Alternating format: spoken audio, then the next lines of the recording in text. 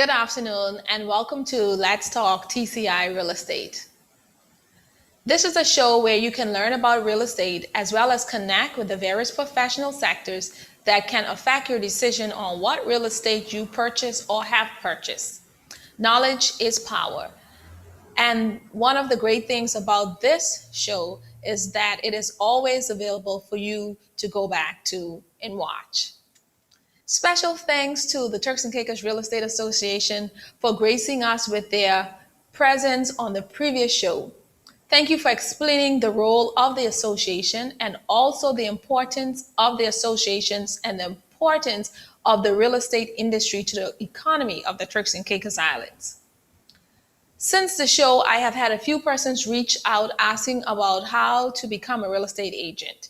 That information and more is in that previous show that we had. However, in simple terms, you should connect with one of the current real estate companies on island, join their team, and then you can sit the exam and become a practicing member of the Turks and Caicos Real Estate Association. A list of all the companies in the Real Estate Association can be found at tcrea.com. That's tcrea.com. Now to turn my attention to the show today. I wanted to go over a list of questions that are frequently asked by customers who are looking to explore real estate. The questions are in no particular order, but they are questions worth answering. If you have a question or comment, be sure to edit in the live comment section. I will definitely go over the feed at the end of the show and reply as necessary. Okay? And also I have added some questions that I have gotten from persons actually during the course of the day, also that they had asked me about real estate. So all of these questions are included, and I hope that you find these questions and answers useful in regards to real estate.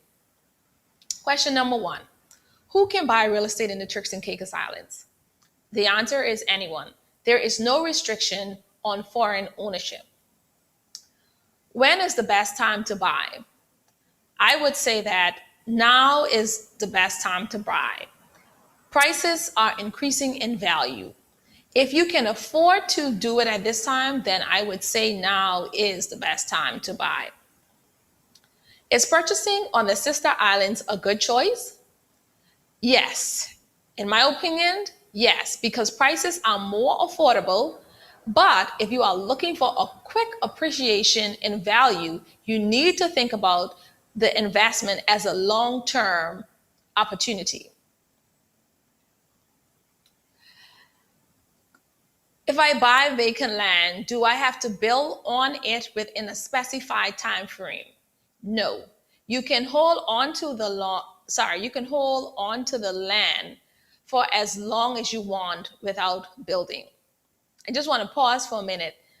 Questions like that you would think, are these really questions persons ask? Yes, they are. Can I buy land and hold on to it? Do I have to build within a specified time frame? That is a question that I am often asked in this real estate industry. Okay, next question. Which areas of the islands have restrictive covenants? Of course, restrictive covenants are put in place in certain locations to protect especially the value of property. Okay? And most of these areas, we found that they are in gated communities. Some gated communities, such as like Leeward, that's going through the gate. There's also a subdivision called the Richmond Hill Commons, that's in the Richmond Hill area. Thompson's Cove, they also have restrictive agreements. And also Sunset Bay area in the Chalk Sound area. Of course, there are additional places, but these are just some of the main locations that when you think about restrictive covenants, you will think about these areas. So can I rent my own condo? Most condo developments have an on-site management, and you must use their management. There are very few condo developments at this time that allow you to use your own management team. But currently I am aware of the La Vista Azul development that would allow for owners to rent on their own. Also, the Queen Angel and the Inn at Grace Bay. Definitely your agent is going to be able to give you a more extensive list of properties you can rent on your own, but the majority of condos you cannot rent on your own and you must go through the on-site management. Of course, there are a number of reasons why they have implemented this. And for anyone who is not willing to, who would prefer to do rental on their own, perhaps you may want to look into a townhome instead, or a residential dwelling where you can do management on your own, okay? All right, is there a cost to sell my home or land? There is a cost, but it's not an upfront cost.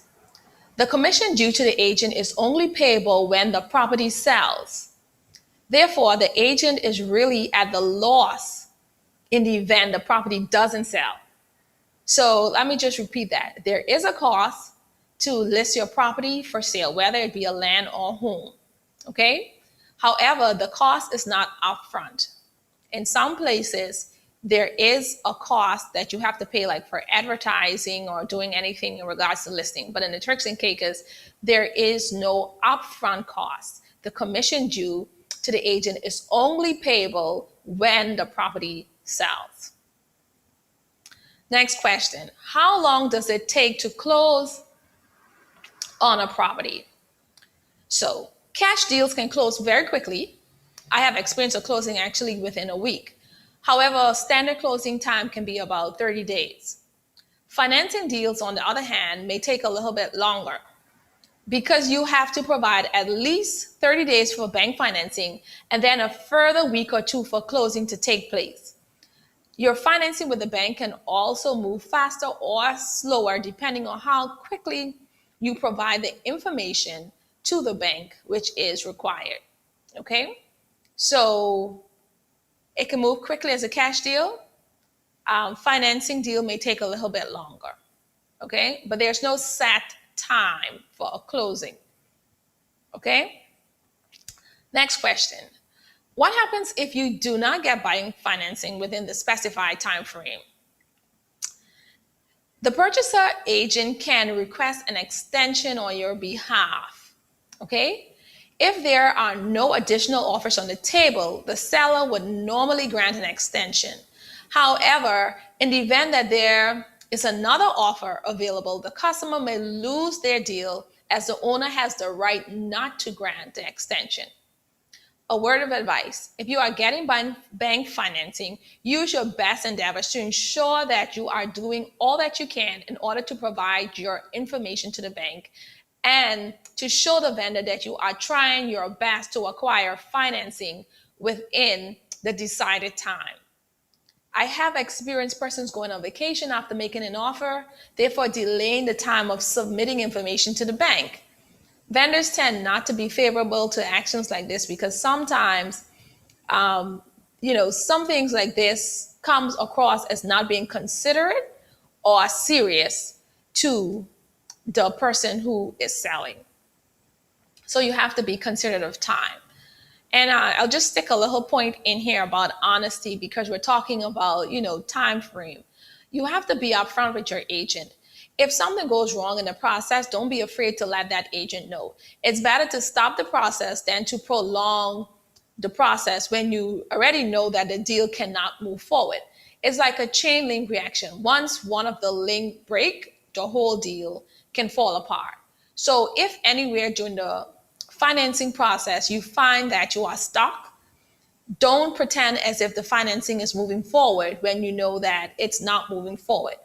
Let your agent assist you to help you move forward if they can. And if not, then we can just tell the owner, sorry, the person was not able to obtain financing. And then that seller can move on with another buyer. Okay? So next question, are prices negotiable? In most cases, prices are negotiable. However, the level of negotiation will depend on how motivated the seller is at the time of the offer. So for example, a person may decide to sell when things are good. Therefore, at that time, they may decide to turn down any offer that is not close to the asking price. Perhaps a week later, that same seller may experience unforeseen issues and may decide to settle for much less because of the urgent need for cash. So that's what I'm trying to say about prices are negotiable, but in most cases, it depends on the motivation of the seller at the time that offer is presented. Is pre-qualification for land and house different? The amount you pre-qualify for home is not necessarily the amount you would pre-qualify for land. I am not the mortgage specialist, however, I have gone through this exercise before. Plus, your down payments may differ for each as well as your interest rate. So that's something you also will need to consider. So you have to be clear with the person, the mortgage or loan officer, what you are applying for. Are you applying for vacant land or are you applying to purchase a home? Because pre-qualification may be different depending on what you are applying for. Don't just assume if I was pre-qualified for land, then that same pre-qualification exists for the home.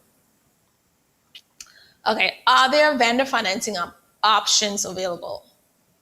So just to explain what vendor financing is, just for the benefit of the doubt for anyone who would need this to be clarified. This is where the person selling the property would allow you to pay in installments. So instead of you going through a bank, you actually the person selling the property is actually going to give you an opportunity to pay in installments. There are a few properties that allow vendor financing that I am aware of, right? But for properties that allow it, the seller may have a standard financing option available for you. However, if he or she did not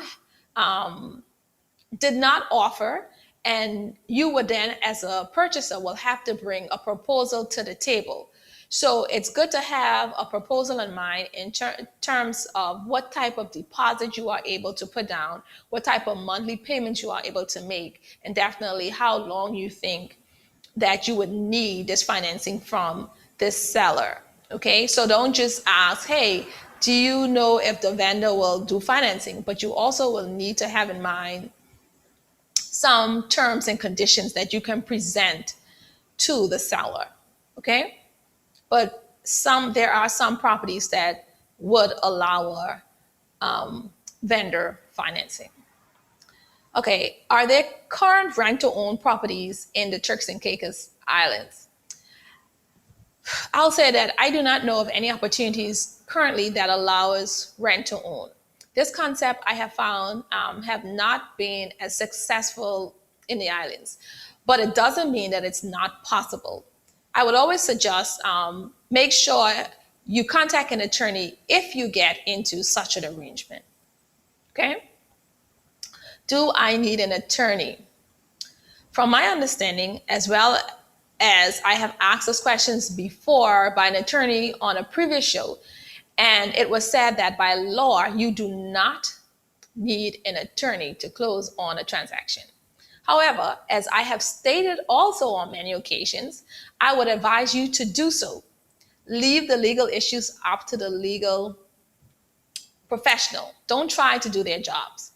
In the Turks and Caicos Islands, we have capable attorneys that can represent your real estate interests. Okay?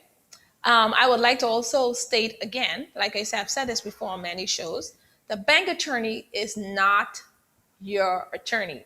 If you are getting a mortgage through the bank, yes, you will have to pay an attorney fee. However, the bank needs an attorney, but also you as a purchaser need your own attorney. So everybody must have their own representation. Do not have friends advise you not to use an attorney, right? Then when the contracts are sent to you to review, you are depending on a real estate agent to explain every detail. Yes, we do understand the terminology of many of the contracts, but we prefer to leave the legal issues to the professionals, because if something goes wrong in the process, the legal advisors can take you out of that trouble. Okay? So no, you don't have to, but it's always advised that you do. Makes the process easier, simpler, more straightforward, and your interest is always going to be represented when you choose to use an attorney. So, what's my financing options then? Okay, so you do have commercial banks on island that you can use to get a mortgage, and you also have mortgage companies, for example, like a Meridian Mortgage or Turks and Caicos Banking. The interest rate will be higher, and your down payments may be higher, but those options are available. So you have commercial banks, or you have other mortgage companies that you can use, right? Why get pre-qualified?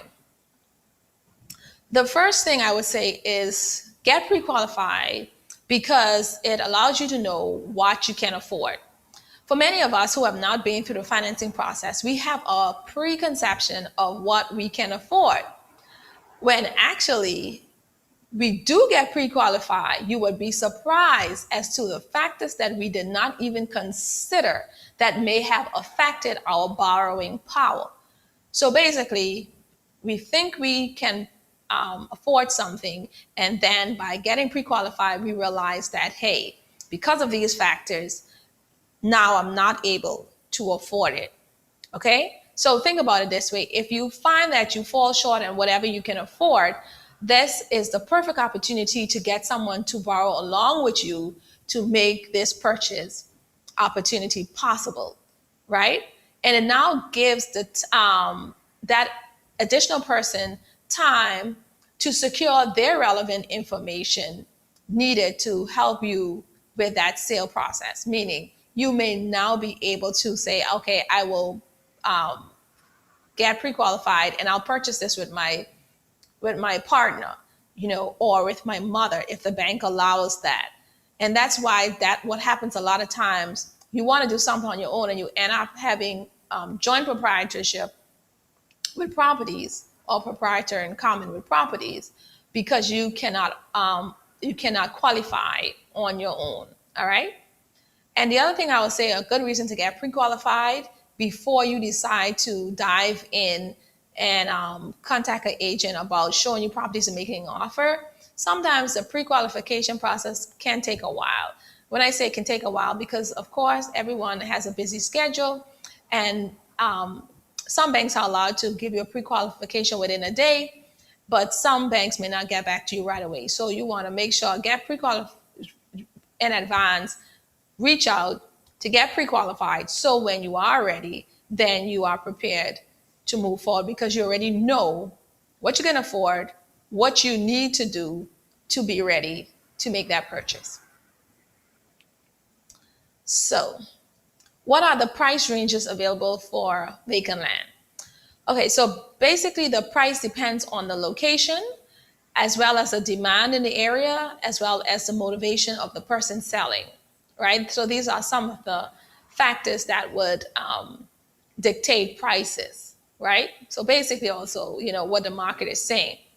However, just to give you a little idea. So Blue Hills, Five Keys, or like back of the airport area, you can find lots that are low in price, say around $30,000 and up. Land and Long Bay prices can start like around $80,000, right? Remember, these numbers are only based on what's available today. Tomorrow prices might be a little bit different. So don't quote me to say, well, she said today 80,000 and up, and I find something, 3 weeks later at 65,000. So I'm just telling you what's generally. Okay, so in Long Bay, but you should be looking at spending at about at least 100,000 and up for a 1 acre piece of land. Long Bay is one of the only areas that you can find 1 acre parcels at this reasonable price. Chalk Sound and Sapodilla Bay area prices can start from around 200,000 when it comes to vacant land. Canal front land can start from around 190,000 in Providenciales. But you can always check out the tcrea.com website, where all land prices, inclusive of all the other islands, that is including Grand Turks, South Caicos, North Caicos, and Middle Caicos, even Pine Key, they are listed there for sale. So then you can get a better understanding, a better feel of prices and what are available at that particular time that you are looking for that real estate. Okay? So, should I buy a vacant lot or a home? Of course, this is a personal choice. But one of the first factors I would consider is your budget. That would help you to decide what you can afford. The second thing would be to decide what is the end result that you are trying to achieve. Are you looking for something to make immediate income, or are you looking for a long term investment? The third thing I would say is that can you afford to wait and develop the land, or do you need a place where you can move in right away? So there are other factors, but these are some of the immediate thoughts that comes to mind when thinking about whether you should purchase a home or a vacant land. All right. What are the fees associated with buying? So, from a purchaser standpoint, the things you should think about your fees will include your stamp duty, your legal fee, and your transfer fee. Stamp duty is based on the purchase price of the property. So, stamp duty within the other islands, the scale is different from that of Providencia Islands. And then you have your legal fees.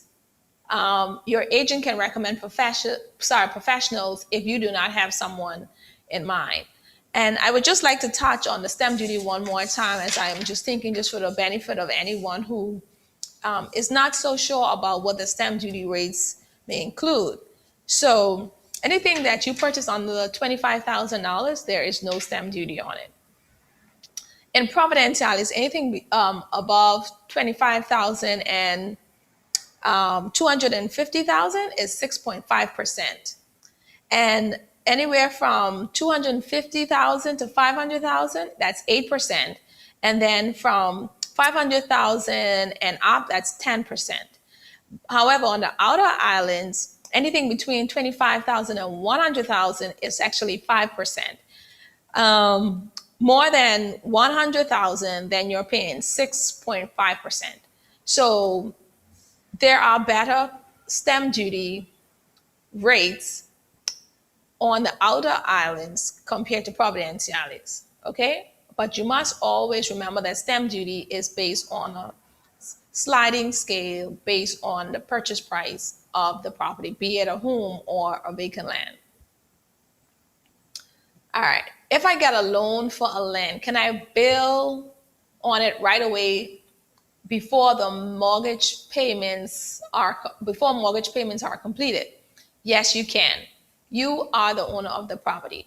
Once the transaction is closed, the bank puts a charge on your property, but you own the property. So you can begin building on that land right away. Okay? Can I sell my property if I have a mortgage on it? Yes, you can. The bank would have to release the property by giving you a discharge of charge when the property sells. Of course, the bank would ensure that they are paid out what is owed first, but that doesn't stop you from selling. Okay? I know persons always ask that because we may not complete our mortgage. We may find a reason that we need to sell. Things happen. And sometimes you feel as if it's only the bank's right to sell your property. But no, you can decide to sell the property yourself before it even reaches a foreclosed state, once that's something you want to do. So yes, you can sell. The bank would just have to release the property by giving you a discharge of charge when the property sells. All right. I have two other questions. Just go over me additional questions I have before I end. So, how do I determine rent to charge for a property? Well, some experts say that rent charge should be based on a percentage of the market value of your home. As a real estate agent, we look at factors such as location, how many bedrooms, square footage, and what amenities comes with the rental. But the easiest way is to find compared values in your area. And if there is still any doubt, just connect with a real estate agent. I'm sure they would be able to give you their opinion about what is a suitable rent for your property. Yes, definitely you can connect with me if you want, and I will be able to assist you in terms of helping you decide on a rent for your property. What is the best way to maximize my investment portfolio? Diversification is always the best if you can. If you have a land, then think about purchasing a rental property or vice versa. You can find affordable properties that has the potential to increase in value over land. I think that's the best way about going about maximizing your investment portfolio. Be diversified in what you purchase. Okay. And I just want to talk about the closing costs one more time, and just to break it down in terms of closing costs when it comes to purchasing. If you are purchasing, as an example, of vacant land, say at the price of $100,000, right? What you want to think about is, of course, your stamp duty. I'm just going to use probably as an example, right? Stamp duty will be 6.5% of 100,000. So that means stamp duty is going to be $6,500. Your legal fee, normally, I don't like to quote what your legal fee is going to be, because of course every legal professional have their own rates, but a standard rate is around 1%. Okay. So in the case of $100,000, if the 1%, some lawyers have a base rate. If the 1% is less than the base rate, of course they will charge you their base rate. So you can look for, just say approximately for this exercise, $1,500 as your legal fee. And again, like I say, we always advise our customers to get a quote directly from the person who is going to be representing them. But in this instance, I'm using a $1,500 legal fee as an example, because this is something that has been quoted to me before by a legal professional. And then you have your transfer fee of $25. So when you add that up, so $6,500 stamp duty, $1,500 legal fee, to transfer fee of $2,500. So that you're looking at least $8,025 as your closing costs for a vacant lot priced at $100,000. All right. And then I'll do the same example, but I'll do it on a house. So a house, for example, you wouldn't find anything at $100,000. So I'm just going at a base rate of $200,000. So your stamp duty on this will be at 6.5%. So that's $11,700. Your lawyer fee at 1% will be $2,000. And your transfer fee is always $25 to the government. So that's a total of $13,725. So if you look at the difference, so vacant land at 100,000, you'll be looking at 8,000, roughly 8,000. And a house at 200,000, you're looking at a total of 13,725. So that's what you're looking for in terms of closing costs. And the reason I wanted to break this down just a little bit to you is because earlier we talked about, should I buy a vacant land or a house? And that's why I say you have to look at your budget. You have to look at your cost. You have to look at what you can afford at this time. And all of those things are going to dictate to you if your best option is to go with a vacant land where you have to come out of pocket for less, or if you are in a position to come out of pocket for more at a house. And again, I said I use those numbers because these are some of the minimum numbers when it comes to buying a land or home in the Turks and Caicos Islands. With that said, I would say thank you for listening. I hope that this information was informative to you, and I hope that it be of a benefit to you. All right. Of course, there are additional questions, but if you have any, please put it in the live feed, and I will definitely go over them and try to answer as many of them as possible for you. This wasn't a regular show where I had a guest, but I'll tell you next, I do have a guest lined up for the next show. So I invite you to stop back in on Let's Talk TCI Real Estate for the next edition, where I will be having a guest. I look forward to seeing you then. Until next time, I will say to you, stay safe and remain blessed. Thank you for watching. The views, thoughts, and opinions expressed on this show belong solely to Let's Talk TCI Real Estate and not that of Keller Williams TCI or any of its affiliates. Any action you take upon the information provided on this show is strictly at your own risk, and Let's Talk TCI Real Estate guest or host will not be liable for any losses and damages in connection with the use of the material. I am not an investment advisor, broker, or dealer.